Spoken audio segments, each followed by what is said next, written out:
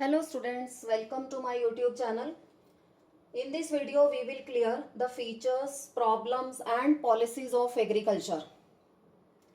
Mainly, Indian economy is described as an agricultural economy. Why it is called so?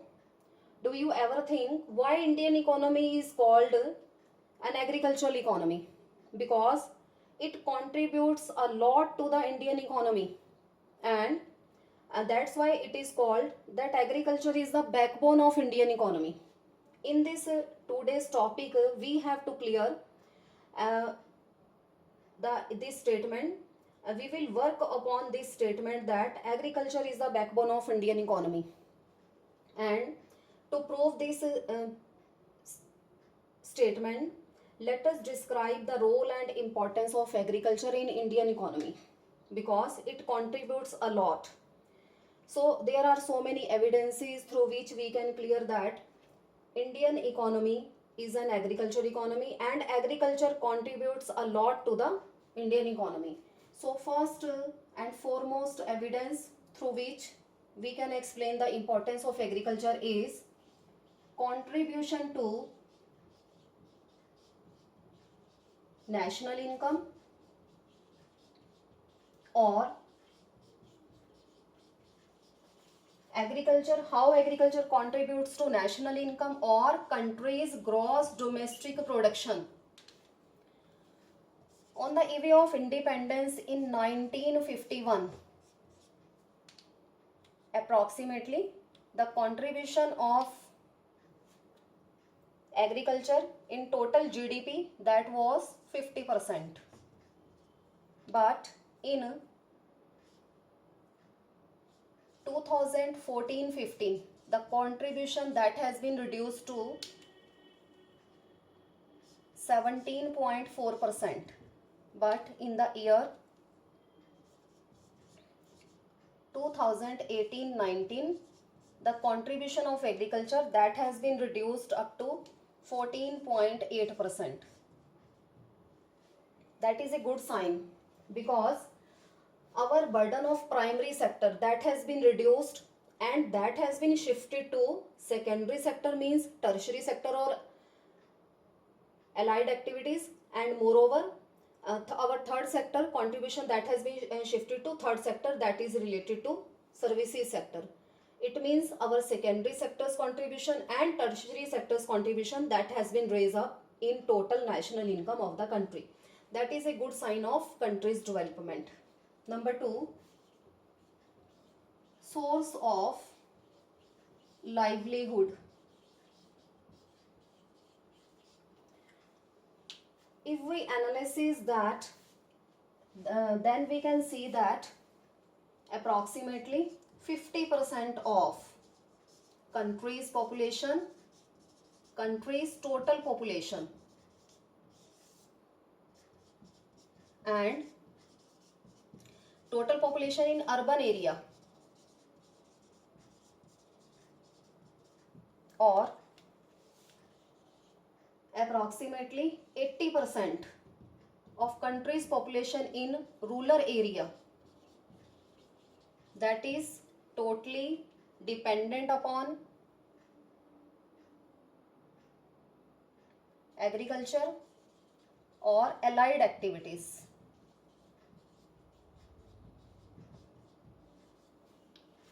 So it is a source of livelihood. Number 3,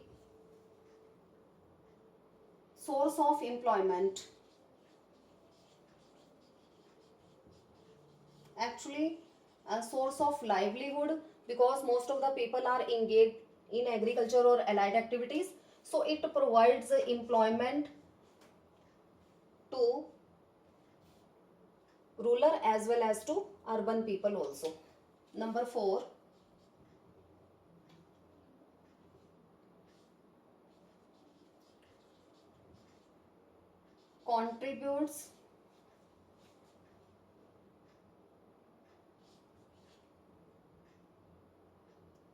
contribute to industrial production. It contributes in two ways. Number one, it provides raw material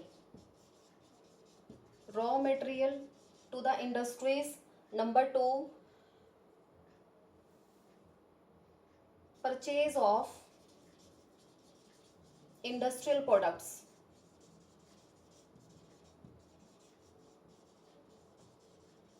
Number one, it provides raw material to industries, and whenever these raw material is converted into finished goods, then that is purchased from these industrials, these agro-based industries by the consumers. So it contributes to industrial production. Many agro-based industries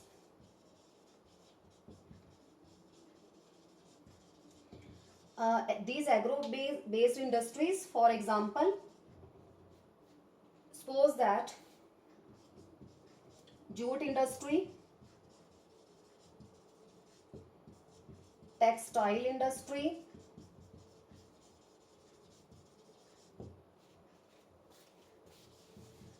tractor industry,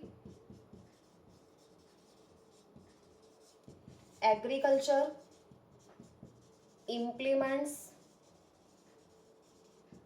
industry,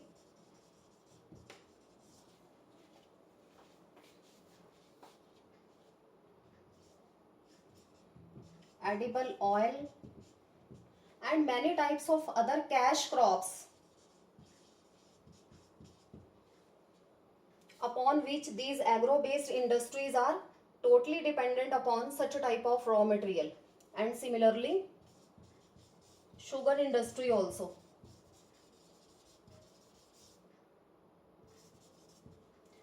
So it means agriculture provides jute to jute industry, it provides cotton to textile industry, it provides other material, and suppose that mustard oil, mustard seeds, it provides mustard seeds and groundnut seeds, so that edible oil can be easily arranged, and it provides sugarcane to sugar industry. So these all industries are totally dependent upon agriculture. Next, number 5, contribution to domestic trade. So agriculture also contributes to the domestic trade because all type of goods are not produced throughout the country. Many goods are produced on hilly areas, many goods are produced on plains. So these goods I am talking about food grains, fruits and vegetables, and so domestic trade can be take place when goods are supplied from one place to another, from one state to another, so that domestic trade will take place easily. Number 6, source of food grains. So agriculture provides food grains to general public. It provides food grains such as, for example, rice, wheat, fruits, vegetables, pulses, oils, etc. And it fulfills the basic requirement of general public of food grains. Also it provides fodder to approximately 25 crore livestock of the country.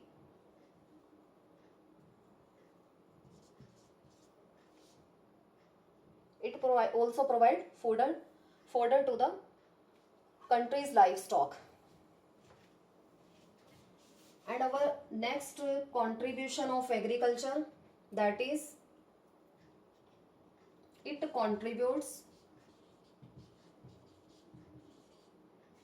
to international trade also.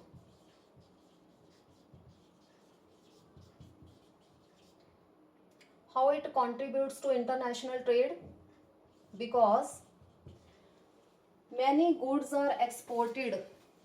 Our exports are,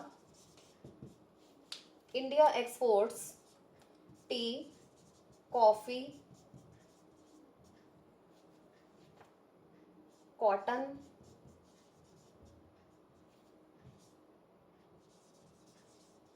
cashew nuts, spices, fruits, food grains, vegetables, oils, etc. to different parts of the country, and so that country can earn foreign exchange, and through this foreign exchange we can import crude oil and many other requirements of the country that can be fulfilled with the help of these foreign exchange. Next,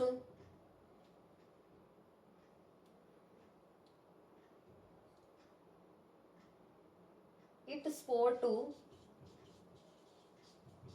transport industry also.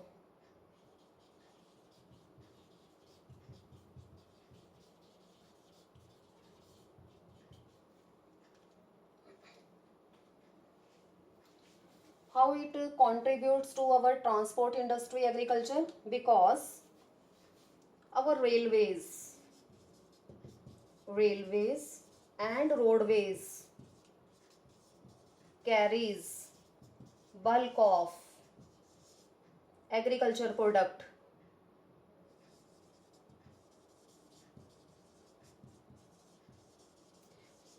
from one part of the country to other, and it supplies so that there can't be any type of shortage to any part of the country. So it contributes, it supports a lot to the transport industry. Ninth, wealth of nation.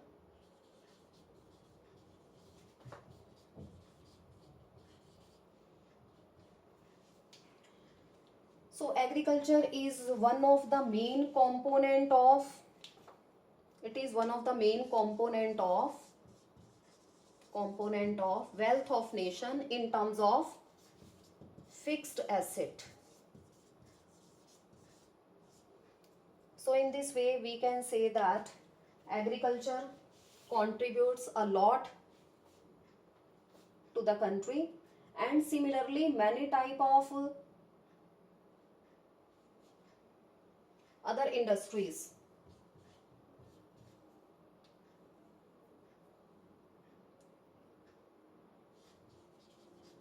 contributes to other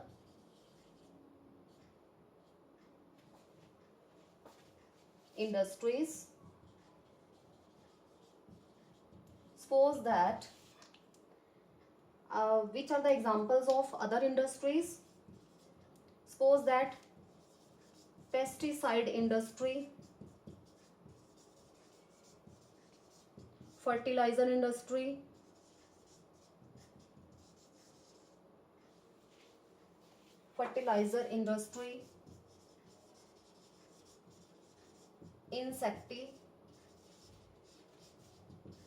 insecticide industry, these totally are etc. are totally based upon agriculture or allied activities. So in this way we can say that agriculture is the backbone of Indian economy. So let us summarize again that agriculture is the backbone of Indian economy. Number one, contribution to national income, source of livelihood, source of employment. It is the main source of employment of the country.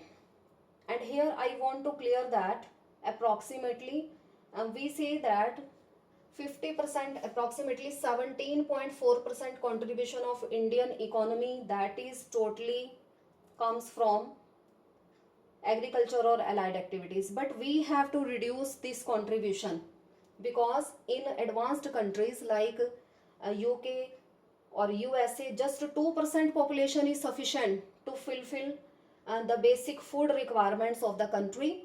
And in Japan 14% population is engaged, and in Germany 4% population is engaged. So we have to reduce the primary sector burden, extra burden of Indian economy, and we have to shift this burden from primary sector to secondary or tertiary sector. Then contribution to industrial production in many ways. Many type of industries are totally based upon raw material that provide agriculture, that provide agriculture to industries. Next, contribution to domestic trade, agriculture, because goods can be carried easily from one place to another. It is a source of food grain. It supplies food grain to general public and fodder to the livestock of the country. It contributes to international trade. Many types of either food grains or spices or dry fruits and similarly fruits and vegetables and oils and spices those are exported from India to other parts of the country, and we will get foreign exchange in return. And through this foreign exchange we can do international trade, because we have to purchase crude oil and many type of other essential goods. And in this essential good, crude oil, or we can also write down military equipments, those are required by the country. And it also supports to the transport industry, railways and roadways, mainly trucks, those carry bulk of the agriculture products from one place to another. It is the wealth of the nation. India is one of the main country that has maximum fixed assets with their general public.